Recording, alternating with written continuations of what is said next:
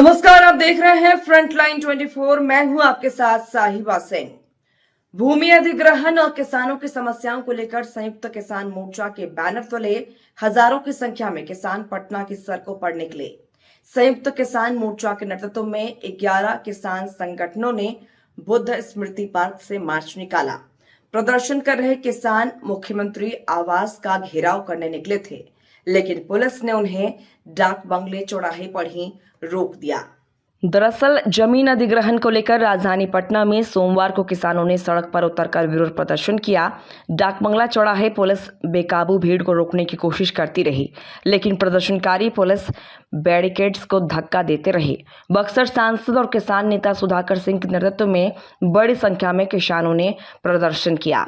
इस दौरान भारी पुलिस बल की तैनाती की गई थी। साथ ही किसानों को रोकने के लिए वाटर कैनन भी मंगवाए गए। किसानों ने जोरदार प्रदर्शन किया और बुद्ध पार्क से पटना जंक्शन होते हुए मुख्यमंत्री आवास तक मार्च निकाला। प्रदर्शन के दौरान मौजूद बक्सर सांसद और किसान नेता सुधाकर सिंह ने कहा कि सरकार जबरन उनकी जमीन ले रही है।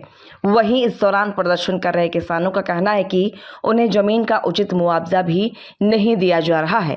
संयुक्त किसान मोर्चा के अध्यक्ष राम प्रवेश यादव ने कहा कि भूमि अधिग्रहण का मुआवजा अभी भी किसानों को 2014 की दर से दिया जा रहा है, जबकि किसानों को 2025 के मौजूदा बाजार भाव के हिसाब से मुआवजा मिलना चाहिए।